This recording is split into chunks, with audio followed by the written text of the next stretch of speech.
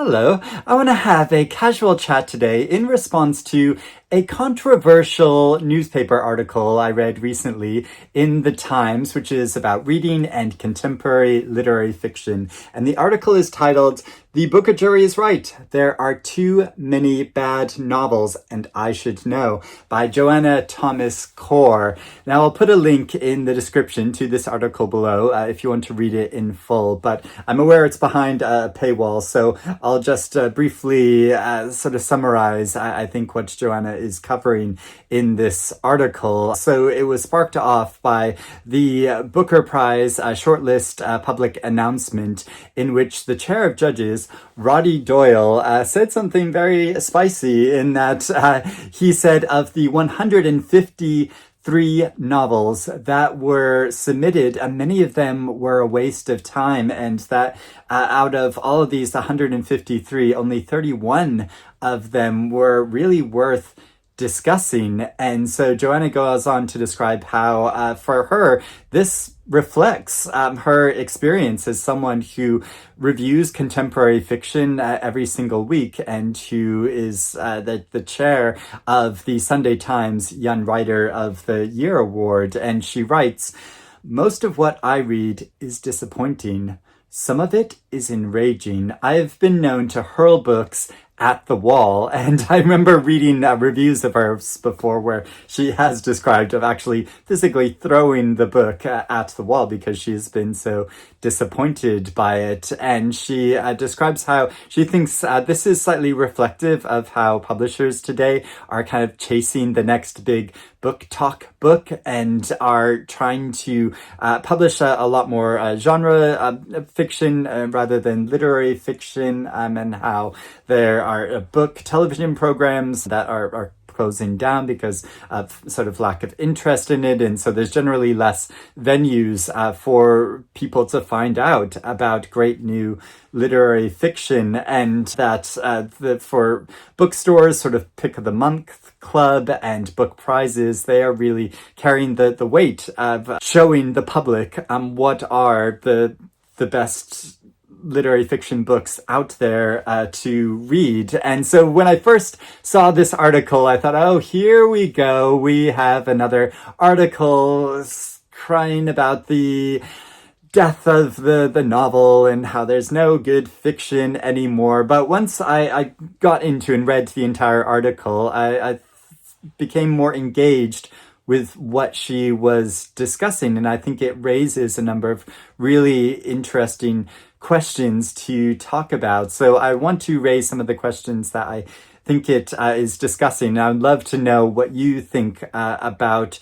these issues and how you feel about this in the comments below. So I think one of the questions it kind of raises, or that it raised for me, is, do readers become more critical as they get older? I mean, thinking about Roddy Doyle, who is 67 years old and who, has always been very outspoken in his opinions, but felt very free as the chair of judges for the Booker Prize. And after reading all of these 153 books, is very frank in dismissing quite a lot of them. And I don't know how old Joanna is. I wouldn't want to speculate about that. But I know as someone who is getting into his late 40s and who has been reading for my entire life, well, I kind of feel like it really depends on the reader. There are some readers that are much more critical in their opinions, and there are some who are not. And you could say that as someone gets older and has read a lot more things, they will naturally become more critical about them and sort of pick them apart. But on the opposite side, I see lots of young readers online who are hypercritical, who don't want to waste their time with books that aren't really worth reading. And I kind of have a reputation of being, generally quite generous in my reading and my responses to books, but generally most of what I read I am really engaged by and find really interesting, even if it doesn't entirely work for me. I think there's a lot of valuable things about it, but then I started thinking back too on my own experience of judging book prizes, and I made a video earlier this year talking about every experience I've had judging a book prize and whether it's even worth judging a book prize or not. And with most of those experiences, yeah, a lot of the books that were submitted for consideration for it, I didn't really get on with, and that I didn't really think were worth reading. But then when I think about my reading experience more generally, yeah, I feel a lot more positively about it. And I guess that's in kind of the highly pressurized environment of reading for a book prize and reading so much over such a relatively short amount of time. You do become more critical about it. And certainly, following this year's Booker Prize and following every prize season, I see from readers who do become more critical about what they're reading because these books are being held up as some of the greatest from the past year. And so naturally, you're going to be more critical about it. And it looks at a larger issue too of well, how do we respond to books? That, there is our how we personally respond to it, how we personally relate to a book, and how we feel about it as a reading experience. And then there is the slightly more critical faculty of it, where you take a book apart and try to see more objectively how a book comes together or not. And I think those are two separate things. And Virginia Woolf described this very well in an article she wrote, I think called like How to Read or something like that, where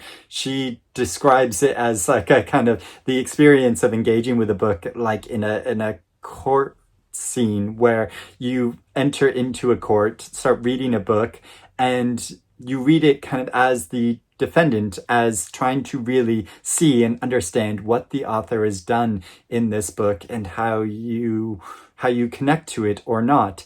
And then she says you should go from being the defendant to then being the judge, and then really trying to assess this book from the outside. Does it work or does it not? And so I found that a very helpful way of when trying to think critically about books. And for this year's Booker Prize season and these 13 books, I mean, out of these 13 books, personally, for me, I thought 9 of them were very effective and or mostly effective, that I was really glad to read them.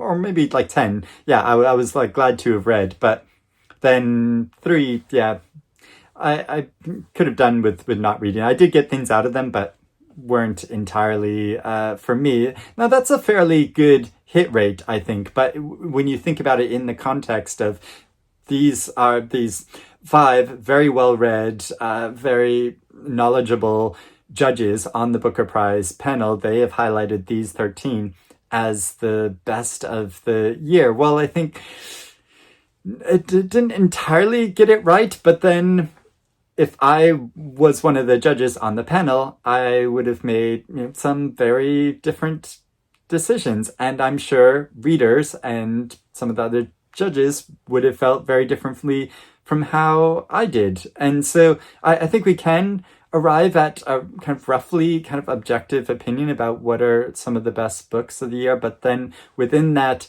there will be all sorts of disagreements and readers will have many different opinions. And so certainly there are novels like Alan Hollinghurst's Our Evenings and Madeleine Thien's The Book of Records and Patrick Ryan's Buckeye, which I would have loved to see on this year's Booker Prize list, and I think deserve more attention. But then there are some other books that have got prize attention this year, which I don't think are necessarily worthy of it, like Dreamcrowd by Chimamanda Ngozi Adichie, which she mentions in the article as one of her highlights of the year, but I disagree. So yeah, I think it raises so many interesting questions like this. And certainly from what I see going into bookshops, every single month, where even though I'm kindly sent a lot of books by publishers, but I still go in bookshops every single month and end up buying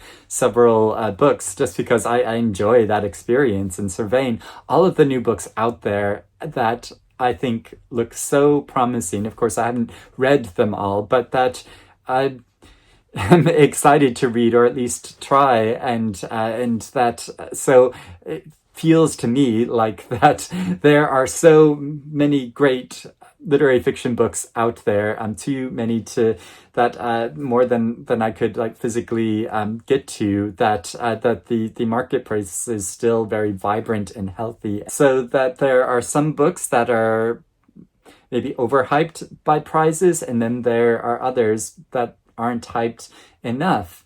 And another question that this article made me think about is, are there less opportunities for literary authors? And it's something which I don't feel entirely like equipped or knowledgeable enough to really answer that question, since I don't work in the publishing industry or know anyone that closely that works in the industry in publishing or marketing or any or bookselling or any of the aspects of the industry or literary agents or anything like that. So I can't really like say personally, but it's always felt like that. It's been a real struggle for authors to get recognized and published, especially if they're writing literary fiction. And this is something which is kind of always gone on. And she cites in the article that it's kind of even more so than it has ever been.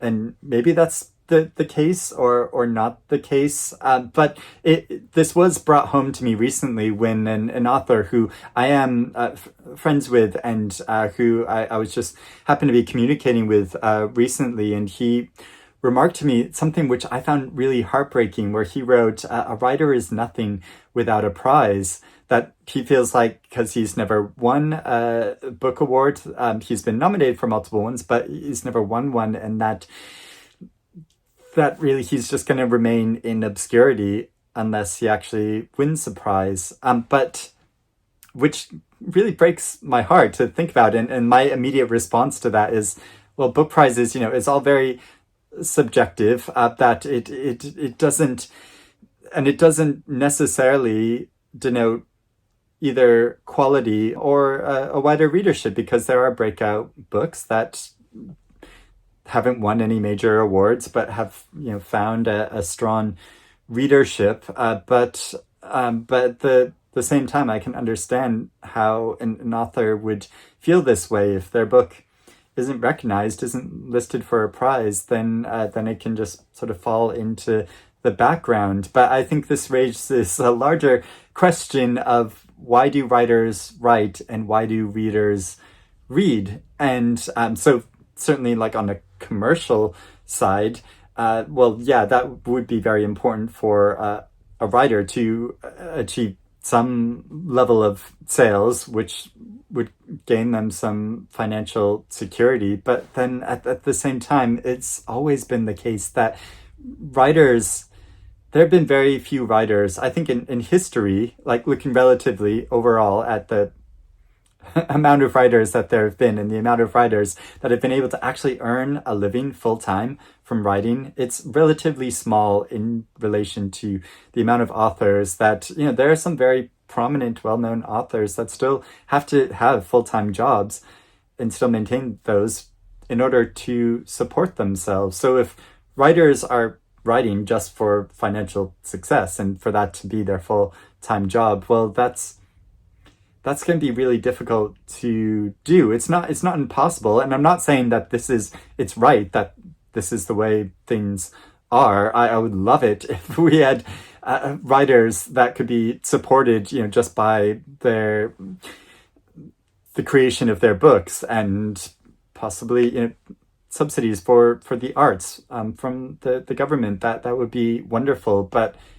it's the reality is that so few authors can actually support themselves just from their writing, that inevitably have to be teachers or have some other job on top of that, or multiple jobs, in order to support themselves. And I know a number of authors that do write full time, but who really struggle to pay the bills and get things done. So if writing is just for that sort of financial security, well, then it's not a very viable or realistic reason to go into writing. And I assume that most writers do it because they are so passionate about it, that they care about, that there's something that they want to say and articulate within their books and bring to the wider world. And I assume that that's what really motivates most writers, whether they are recognized for book prizes or not.